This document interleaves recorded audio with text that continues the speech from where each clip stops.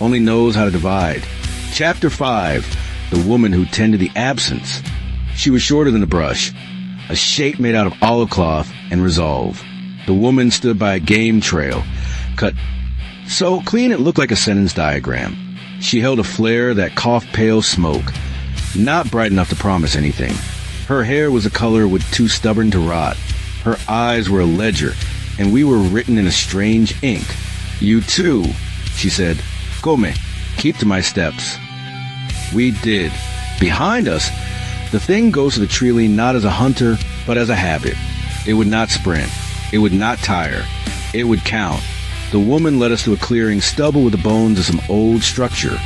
Pipes, a concrete pad, a half-eaten metal cabinet. The cabinet had a plaque, long since blind, that must have once listed rules for people who believed in signs. She used the cabinet like an altar. Inside, there were items as deliberate as the ones in the trunk. Coiled wire, a bundle of dried moss, a shallow dish of salt, 3 iron nails, a jar that held a set of dog tags so corroded I couldn't tell if they were letters or lichen. She lit a stick of something that smelled like sap and thunder. She set the nails in the dish like a compass rose and poured salt around them in a circle. "Stand outside it," she said. "You can't afford what standing inside it costs." She didn't look at us when she spoke, as if her voice were a tool and eye contact would dull it. Mara made a sound that intended to be a question and landed as a plea. "What is that?" "An old fix for new mistakes," the woman said. "He listens. He always did. He learned to listen to orders. Then the orders stopped. The listening didn't." "Who is he?" I asked, and my voice betrayed the little boy who used to pretend to sleep when the grown-ups talked about disasters on the news. She looked past me, past the trees, past a burned sky to a morning none of us could reach. "He was a helper," she said. "He became a hinge. Something gave way. Something was taken. The badge that told him who he was.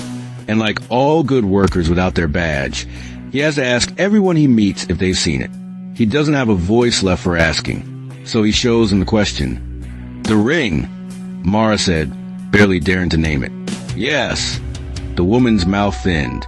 "If you take it, he wakes to come correct a record. If you put it back, he doesn't forgive. He only remembers. Memory is heavier than forgiveness." "Will he stop?" I asked. She shook her head. "He doesn't do stopping. He does finishing." I thought of Theo and Lynn on the road. I thought of Felix, whose last sound had not been a voice. I thought of the tower, the map room, how the wind there had nowhere safe to go. All of these thoughts became one thought with a hard shell. I should return the ring to the place where it was bolted.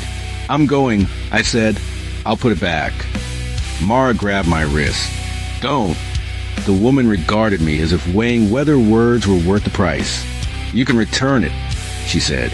"You cannot make it before he does. You can only make it with him." In the trees, branches rearranged themselves in that cruelly patient way the tall thing had of being nothing, and then being very much. The woman snuffed the flare with dirt. "Go," she said to us. "Straight to your guilt. Don't cut across it. That only makes it last longer.